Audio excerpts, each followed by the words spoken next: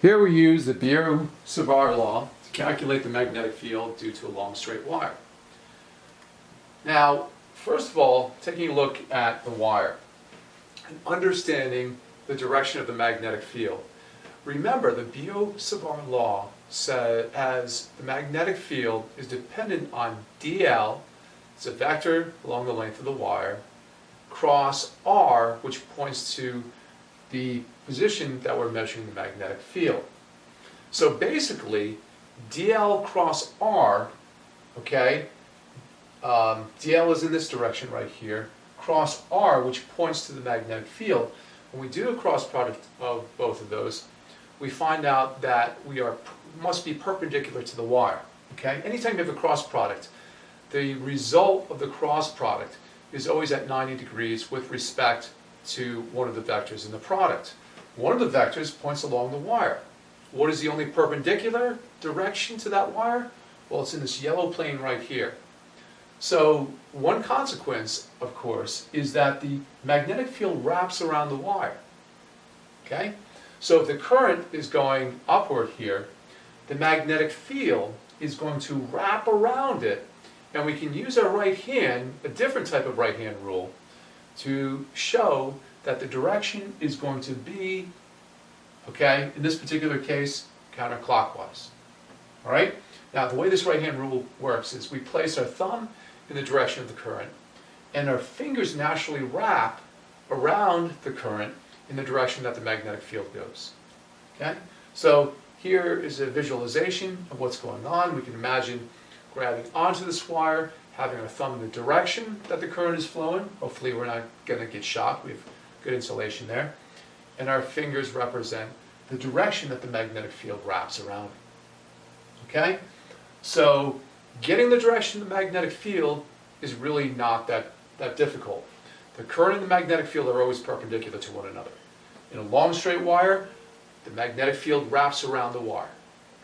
We will have some circumstances, such as a loop of wire, where the current will wrap around in a circle and the magnetic field will be perpendicular to that.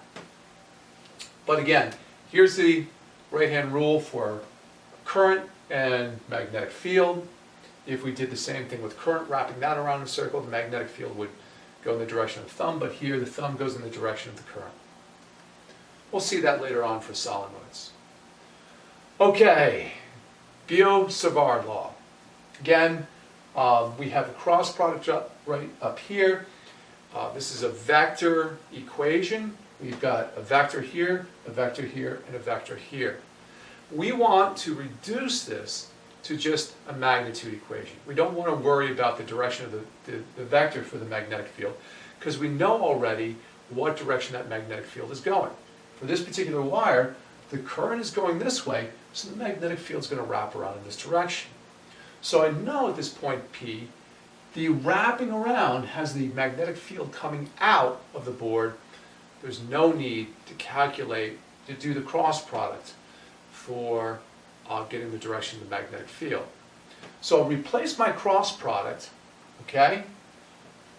These really aren't equivalent because we're going from vector to scalar, but I'll replace it with a scalar equation, understanding that that changes B from a vector to a scalar for that vector. I just want to find out how strong B is in that particular location.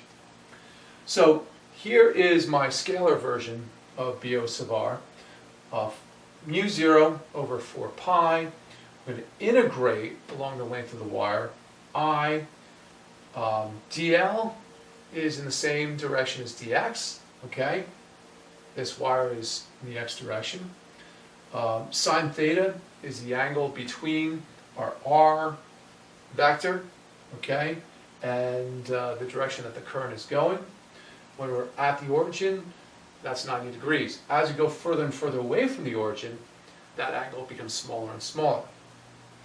So here is our scalar version. Okay.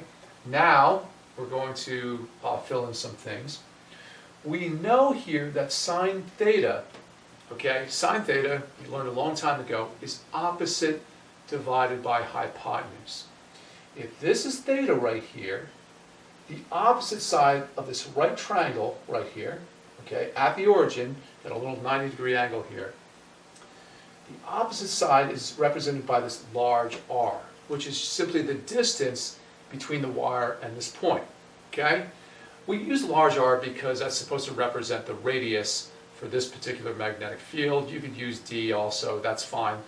R, the big R, is different from the small r, which is going to be a variable. Okay? So, sine theta equals opposite divided by hypotenuse.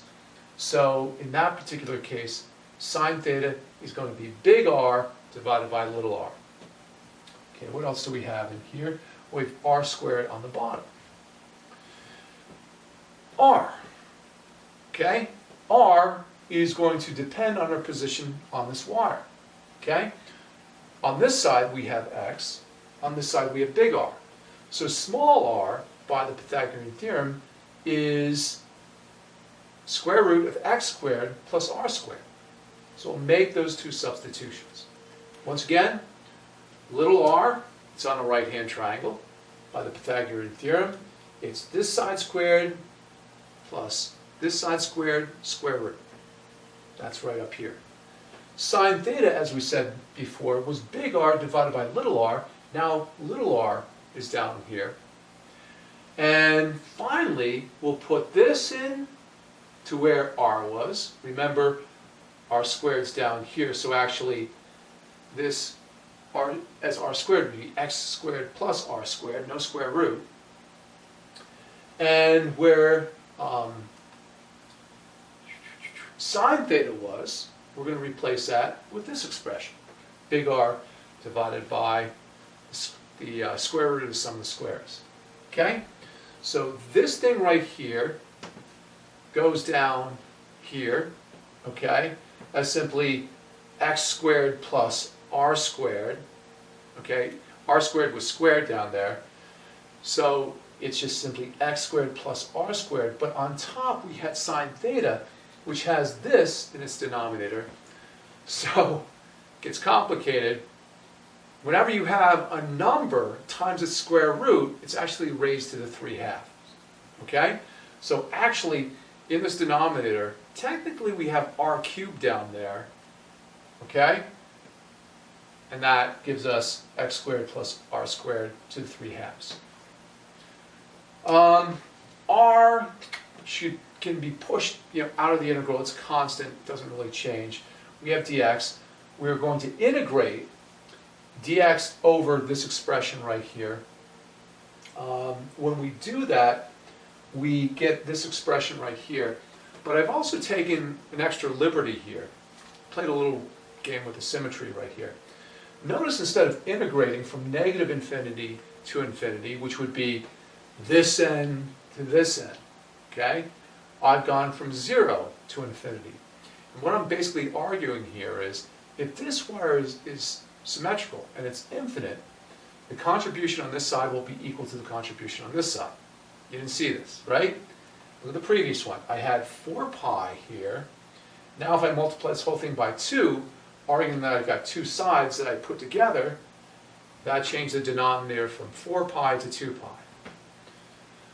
Okay, so I integrate this. My result is this. Okay? And if I look at this right here, I can understand that, going from 0, if I put 0 in here, that just makes this argument 0. The tricky thing is when I send something to infinity. If I put infinity in here, in the x part, right? And I put infinity here, the x squared term, okay, which is basically infinity raised to the second power, is much bigger than r is. So r is insignificant. So it becomes x divided by the square root of x squared. Okay? Basically it becomes infinity divided by infinity. I think it's a little L'Hopital's rule. You can show that infinity divided by infinity is actually equal to 1. So this whole term just becomes 1, and we're left with this right here. So our expression looks like this. All that work and effort. If I integrate this, b is equal to mu 0 I divided by 2 pi over R. Okay? And again, looking at this expression right here, this only works for this point right here, and it only works for a wire, which is, in effect, pretty much infinite compared to, or very, very large, compared to the distance from the wire.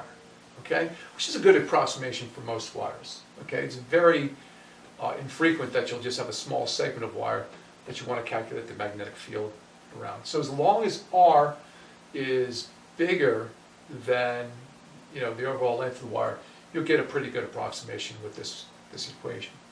Okay? But there's an application of using the Biot-Savart law, and you can see it's not easy, and that's why our application is mainly, yes, we'll derive the algebraic expression from the calculus, but normally the problems that we give aren't going to be doing all these crazy calculus manipulations. So there's our algebraic expression. It tells us that the magnetic field is equal to mu0. It's proportional to how much current we send down the wire. That makes sense. Divided by 2 pi r, how far we are from the wire. And again, there's our expression. Again, this mu0, by the way, permeability of free space. It's a constant. It is like the permittivity of free space, which is epsilon 0. Mu0 and epsilon 0 are both related to the speed of light. We'll see that much later on in the course. But again, there is the magnitude of the field for a wire carrying current. If you want to get the direction, again, we can just use the right-hand rule to obtain the direction.